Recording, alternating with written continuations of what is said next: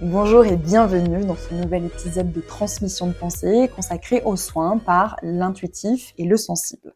Alors l'idée c'est de vous expliquer ce que moi je regroupe derrière cette terminologie-là, pourquoi est-ce que je l'utilise, et pour ça on ira explorer certains concepts comme celui de rationalisme, de sentipensar ou encore d'approche holistique.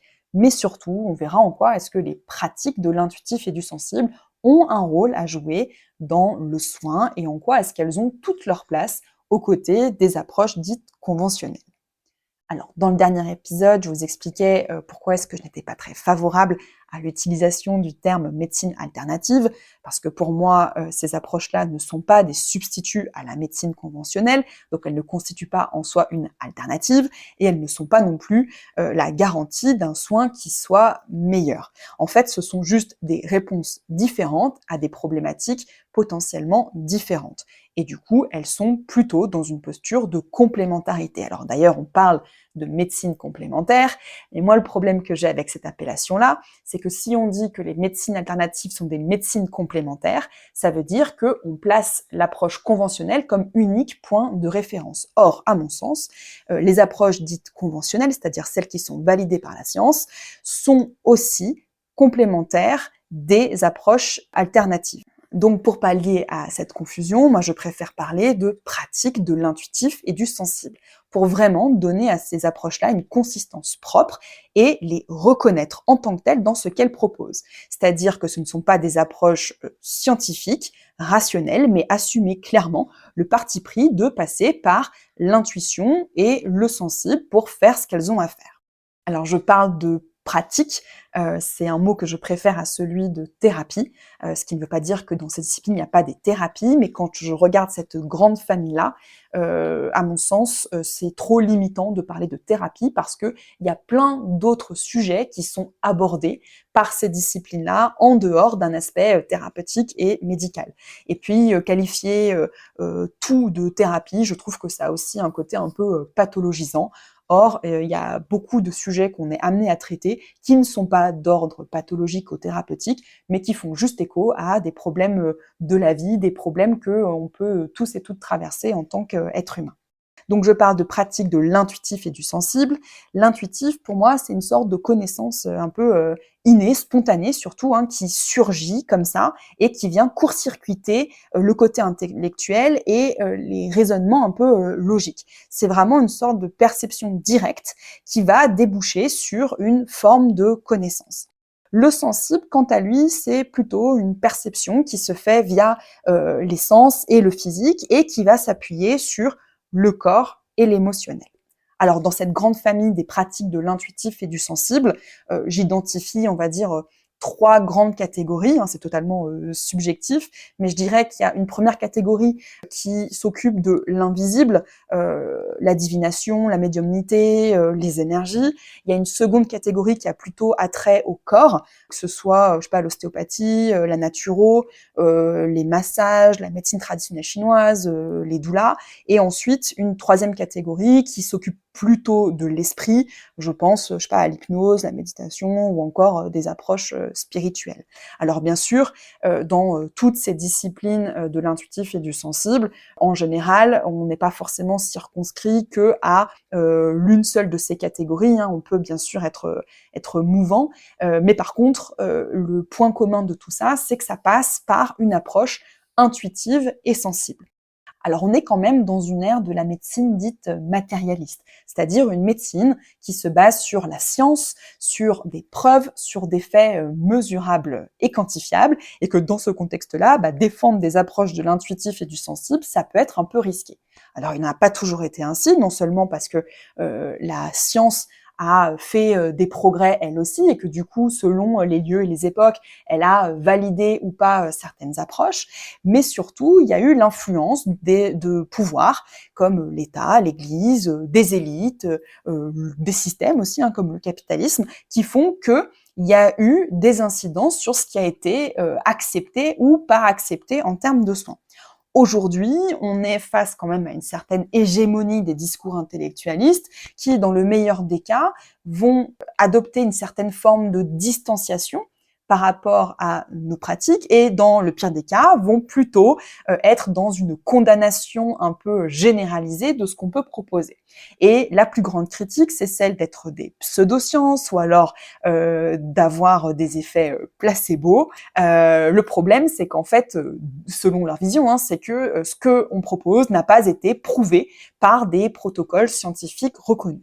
Bon, moi, si je me place d'un point de vue de praticienne, dans le cadre de mes accompagnements, honnêtement, que ce que je propose ce soit validé ou pas par la science, ça ne change absolument rien à mes accompagnements. Et en vrai, ça m'est totalement égal de savoir que ce que je propose, ça a été validé par la science. Moi, ce qui m'intéresse, c'est quels sont les outils que je peux développer, qu'est-ce que je peux mettre en place pour améliorer les accompagnements des personnes qui viennent me consulter. Et à mon sens, ce qui vient déranger bon nombre de détracteurs, c'est que ce qui est proposé en dehors des sphères scientifiques vient questionner la suprématie. Je m'explique. Si on regarde des pratiques millénaires comme la médecine traditionnelle chinoise ou encore la médecine ayurvédique indienne, ce sont des approches qui font état de pharmacopées précises. Ce sont des approches qui sont codifiées, documentées, qui ont été maintes et maintes fois expérimentées au cours des siècles et qui, malgré tout, restent non conventionnelles aux yeux des approches scientifiques occidentales. Et donc, à mon sens, on ne peut pas comprendre les enjeux de l'intuitif et du sensible sans parler de rationalisme. Alors, le rationalisme, c'est une doctrine qui part de la raison et qui dit que la raison, c'est la source principale et la plus fiable de la connaissance. C'est-à-dire que c'est par la raison, par la logique et la réflexion intellectuelle qu'on va accéder aux vérités du monde. Alors ça, c'est une vision quand même très occidentale et qui, à mon sens, est aussi problématique à certains égards. Je rappelle que ça fait partie aussi des choses qui ont pu être des justifications intellectuelles et morales à des choses assez abominables dans l'histoire, notamment la colonisation.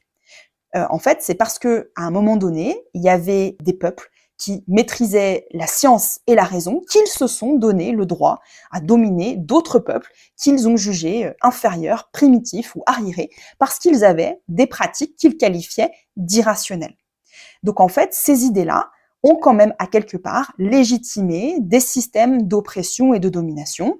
On a quand même eu les classifications biologiques qui ont établi des hiérarchies entre les races. Ça vaut aussi pour les hiérarchies entre les sexes. Bref, la science et le rationalisme sont aussi traversés par des biais qui influencent leur vision du monde. Et donc, du coup, c'est illusoire de penser que ces approches-là, elles évoluent dans un monde de vérité absolue. Alors oui, bien sûr, la science et la raison ont amené tout un tas d'explications, ont pu mettre en lumière certaines choses, certains phénomènes qui ont été fort utiles pour aller justement plus loin dans la compréhension du monde, pour aller plus loin dans des solutions qui pouvaient être mises en place. Mais aujourd'hui, à mon sens, on confond beaucoup trop souvent science et connaissance, science et vérité. Or, ce ne sont pas la même chose. La science et la raison, ce sont juste des façons d'appréhender le monde. C'est-à-dire que la raison, elle va passer par l'observation, par des faits objectivables, par une mesurabilité. C'est vraiment l'intellectuel qui va être l'entrée pour décrypter le monde. Alors que le sensible va plutôt être une façon d'appréhender le monde qui va passer principalement par le biais émotionnel, par la sensibilité. Alors on a tendance souvent à opposer les deux, comme si on pouvait être dans l'un sans être dans l'autre. À mon sens, c'est vraiment réducteur et on peut articuler les deux. Et c'est là que j'aimerais vous parler du senti pensar, le senti-penser, qui est un concept qui a été mis en avant par le sociologue colombien Orlando Falsborda, qui, dans le cadre de ses travaux, a rencontré cette notion par rapport à des pêcheurs qui lui racontaient un peu des pratiques ancestrales, qui disaient de penser avec le cœur et sentir avec la tête. Donc l'idée ici, c'est au lieu d'opposer la raison aux émotions, c'est plutôt de les combiner pour avoir une vision complète de la connaissance. Donc on n'est pas du tout dans des schémas binaires, ni dans une survalorisation du mental comme on a l'habitude de le faire dans notre société occidentale. L'idée, c'est vraiment d'intégrer la sensibilité à égalité avec l'intellect. Et donc, en faisant ça, on peut vraiment avoir une vision d'ensemble et aussi une vision plus complexe de la compréhension du monde, parce qu'on peut aussi y inclure les vécus, les expériences et les sentiments. Et donc, les pratiques de l'intuitif et du sensible, c'est là leur point fort. C'est qu'elles incluent et qu'elles assument ces dimensions sensibles. Parce que être humain, c'est aussi être traversé par de l'émotionnel, par des choses irrationnelles, et qu'on a aussi besoin de reconnaître ces aspects-là. Je sais pas, quand on est amoureux, on a des papillons dans le ventre, est-ce qu'on a besoin d'aller expliquer en quoi est-ce que telle hormone va jouer tel rôle? En fait, non, juste c'est quelque chose qui nous traverse, et on a aussi, je sais pas, juste envie et besoin de laisser exprimer ce truc-là dans le ressenti, sans forcément avoir besoin d'y accoler des concepts intellectuels. Et ce qui est intéressant, c'est que ces pratiques de l'intuitif et du sensible ne se limitent pas à l'émotionnel. En fait, elles englobent vraiment toutes les dimensions de l'individu. C'est-à-dire qu'elles vont s'adresser aux dimensions physiques, émotionnelles, mentales, environnementales et spirituelles de l'individu. Et ça va permettre d'aller adresser des causes profondes pour l'équilibre de vie entre le corps, l'âme et l'esprit. Donc c'est vraiment la mise en avant d'interconnexion de toutes ces dimensions, en disant que agir sur l'une de ces dimensions va aider indirectement les autres. Et tout ça va faire que cette vision holistique va de fait promouvoir un certain nombre de choses, à commencer par le préventif, c'est-à-dire que l'idée c'est de dépasser le curatif et d'arriver à créer un certain équilibre de vie et de chercher à l'entretenir et le maintenir. La deuxième chose, ce serait un peu l'auto-guérison. Alors, ça ne veut pas dire qu'on peut guérir tout seul de tout, mais c'est juste alerter aussi sur le fait que parfois, dans certaines conditions, on a aussi les ressources à l'intérieur pour arriver à aller mieux. Alors en général aussi, l'approche holistique met l'accent sur le naturel, c'est-à-dire que les médicaments ne sont pas une réponse à tout. Alors ça ne veut pas dire qu'on est anti-médoc, ça veut juste dire qu'on est pour une utilisation plutôt raisonnée. D'ailleurs, c'est pas une critique qui est propre aux pratiques de l'intuitif et du sensible. Il y a des mouvements comme les courants de l'antipsychiatrie notamment, qui critiquent l'utilisation systématique de médicaments pour les patients. Et la dernière chose, à mon sens, qui est importante de souligner dans la vision holistique, c'est vraiment d'avoir des accompagnements individualisés qui sont adaptés et qui vont vraiment prendre en compte les vécus et expériences des personnes qui nous consultent. Alors honnêtement, quand je vois tout ce que ces approches peuvent apporter, je me demande vraiment pourquoi est-ce qu'en France, on est si réticent à inclure ces pratiques-là dans le soin. Et je pense que si ces approches-là étaient légitimées, à quelque part, ça remettrait en question le monopole d'expertise qui est aujourd'hui attribué au côté médico-scientifique. Sauf que là où, à mon sens, il y a grosse confusion, c'est que le fait de légitimer nos pratiques, à aucun moment, ça enlève du crédit à ce que la science fait et à ce que les approches dites scientifiques conventionnelles proposent. Ce sont juste des choses différentes, mais il ne faut pas oublier que nous aussi, praticiens, praticiennes de l'intuitif et du sensible, nous sommes experts, expertes à notre niveau dans nos domaines. Alors c'est vrai qu'aujourd'hui, il y a quand même une certaine propension à aller chercher les doubles casquettes pour légitimer de l'usage de telle ou telle approche non conventionnelle. Je sais pas, par exemple, si on veut parler de chamanisme, alors on va inviter une personne qui est psychologue chaman. Voilà, comme ça au moins on est sûr de pas taper à côté, de pas non plus se faire botter en touche, parce que il y a l'aspect rationnel qui est validé par la casquette officielle. Sauf que je maintiens, c'est qu'on n'a pas besoin d'être légitimé par la science pour bien pratiquer. Et je reste persuadée que la majorité des personnes qui œuvrent dans l'intuitif et le sensible, ce sont de bons praticiens animés de bonnes intentions. Alors vous allez me dire que les bonnes intentions, ça suffit pas, et je suis tout à fait d'accord avec vous. C'est pour ça d'ailleurs qu'il y a aussi des dérives, mais les dérives, elles ne sont pas propres aux pratiques de l'intuitif et du sensible. Les dérives, il y en a partout. C'est le fait d'individus qui détournent les outils qu'ils ont entre les mains, et c'est aussi le fait de la société qui produit des individus qui sont défaillants. On est souvent accusé d'être des charlatans assoiffés par l'argent. Je rappelle qu'il y a quand même des médecins qui ont été condamnés pour fraude à l'assurance maladie. On est souvent accusé d'être des gourous profiteurs et qui font de l'abus de pouvoir, mais il y a des médecins qui ont aussi été condamnés pour des attouchements. Donc oui, il y a des problèmes dans les pratiques de l'intuitif et du sensible. Oui, il y a des gens qui profitent pour se faire de la thune sur le dos des gens en détresse et qui du coup sont prêts à vendre des produits miracles à n'importe quel prix. Oui, il y a des gens qui usent et abusent de leur autorité pour justifier des comportements qui sont pénalement répréhensibles. Oui, mais c'est une erreur, à mon sens, que d'en faire une généralité. Et si on rentre là-dedans et qu'on met tout dans le même panier, c'est, à mon sens, faire preuve d'une certaine paresse intellectuelle.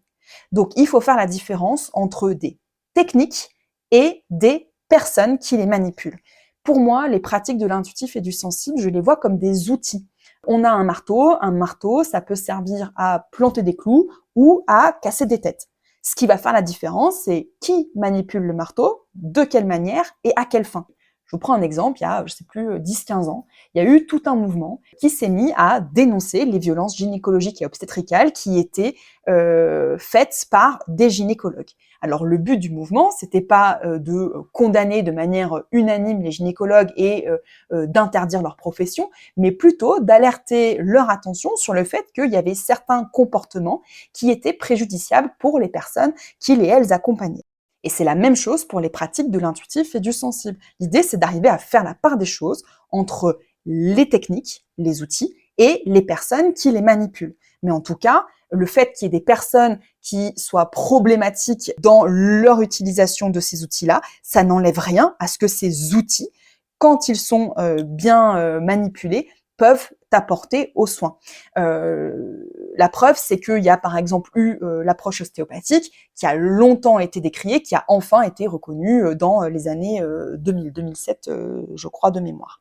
Il y a aussi tout un tas de pratiques de l'intuitif et du sensible qui font leurs entrées dans les sphères médicales. Je pense à, je sais pas, à la méditation, l'hypnose, l'acupuncture, la sophro. Il y a même des coupeurs de feu qui sont sollicités par certains professionnels de la santé pour aller soulager des brûlures au sein même des hôpitaux. Donc en fait, c'est cool.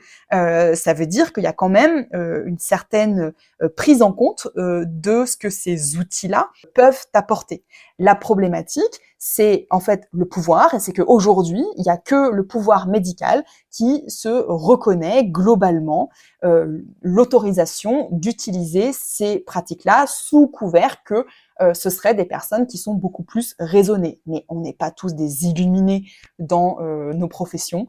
On peut tout à fait avoir une technique intuitive et sensible, mais avoir une approche qui est raisonnée. Et c'est même d'ailleurs fortement encouragé pour arriver à proposer des accompagnements qui soient de qualité. Et tout ça, c'est vraiment culturel parce que si on prend l'Allemagne, en Allemagne, les approches dites alternatives sont largement acceptées dans la population et qu'elles ont quand même une relative intégration dans les pratiques de soins. Il y a même des pratiques qui sont couvertes par les assurances. Alors bien sûr, il y a des débats en Allemagne autour de ces approches-là, mais fondamentalement, en Allemagne, on reconnaît la liberté de choix thérapeutique. Et on dit que c'est vraiment important de pouvoir choisir la manière dont on a envie d'être accompagné. Et du coup, en France, là où on condamne un peu uniformément toutes ces approches-là, à mon sens, c'est aussi mépriser les gens qui consultent ce genre de pratiques alternatives.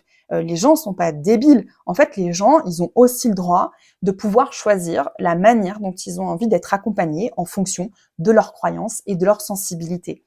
J'ai un exemple en tête, une personne qui a perdu son papa et qui, du coup, pour faire son deuil, là où plein de personnes lui auraient fortement conseillé d'aller voir un psy pour traverser toutes les différentes étapes, c'est une personne qui a choisi de se faire accompagner par une médium pour pouvoir chaque mois faire une communication avec son père défunt. Alors on y croit pas, c'est pas le problème.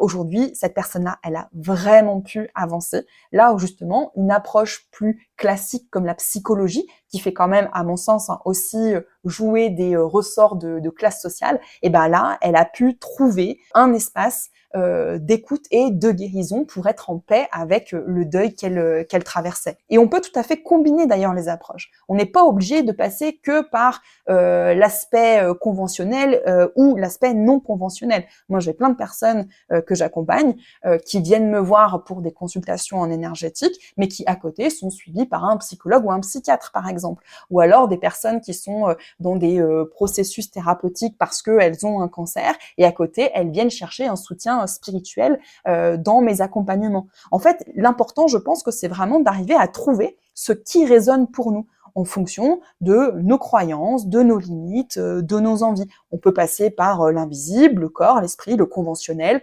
l'irrationnel, peu importe. Moi, d'ailleurs, il y a des pratiques dans les approches de l'intuitif et le sensible qui ne me parlent, mais alors pas du tout, et c'est OK. Juste, je me tourne quand j'en ai besoin vers celle qui m'appelle. Et puis en plus, faut dire que toutes les problématiques ne sont pas médicalisables.